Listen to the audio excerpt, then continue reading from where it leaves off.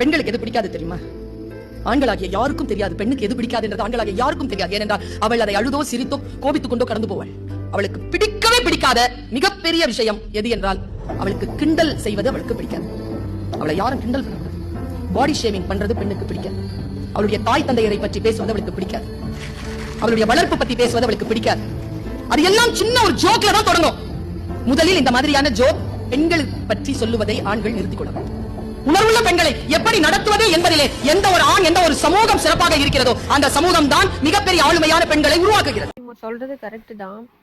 ஆனா இதை பார்த்து பாய்ஸ் வந்து சில பேர் வந்து இப்படி பண்ணா பொண்ணுங்களுக்கு பிடிக்காது போல இருக்கு, நம்ம மாட்டிக்கணும் அப்படின்றவங்களும் இருக்காங்க.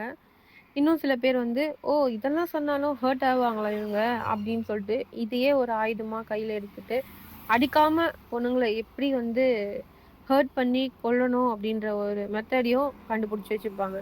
ஸோ பாதி பேர் பாதி ஆண்கள் அப்படிதான் பண்ணுறாங்க. பொண்ணுங்களை வந்து அடிக்கிறத விட வார்த்தையால் எப்படி கொல்லலாம், அவங்கள வார்த்தையால் எப்படி காயப்படுத்தலாம் அப்படின்னு டெக்னிக்கை வந்து தெரிஞ்சு வச்சுட்டு நிறைய பேர் இங்கே ஃபாலோ பண்ணுறாங்க. ஸோ இந்த மாதிரி பப்ளிக்காக சொல்கிறது வந்து சில பேருக்கு வேணால் அது வந்து ஏற்றுப்பாங்க. சில பேர்ன்றது வந்து ஒரு 100ல் ஒரு 50% கூட அதிகம் தான். அந்த ஆம்பளைங்க மட்டும்தான் ஓகே அப்படின்னு ஏற்றுப்பாங்க. சில ஆம்பளைங்க வந்து ஓகே அப்படி வேற விதமாக அப்படியே எடுத்துக்கிறது தான் இருக்கிறாங்க. ஸோ நீங்கள் என்ன சொல்கிறீங்க? கமெண்ட்டில் சொல்லுங்கள்.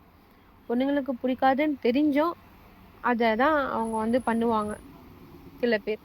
ஆனால் சில பொண்ணுங்க வந்து இதெல்லாம் ஒரு வார்த்தை தான், இதெல்லாம் நம்ம ரியாக்ட் பண்ணக்கூடாது அப்படின்னு நாய் குலைச்சிட்டு போட்டோம் அப்படின்னு நினச்சிட்டாங்கன்னா நீங்கள் சொல்கிறது வேஸ்ட்டு, நீங்கள் மட்டும் தான் கத்தின்னு இருக்கீங்க, அவங்க வந்து அஃபெக்ட் ஆக மாட்டாங்க. ஏன்னா அவங்களுக்கு ஃபிக்ஸ் பண்ணிவிடுவாங்க இது வந்து நம்மளை ஹர்ட் பண்ணுறதுக்கு அவங்க யூஸ் பண்ணுற ஒரு வார்த்தை இது அப்படின்னு சொல்லிட்டு புரிஞ்சிச்சுன்னு வச்சுக்கோங்களேன், உங்களை இதை கூட சட்டை பண்ண மாட்டாங்க. ஸோ புரிஞ்சுக்கோங்க. ஓகே.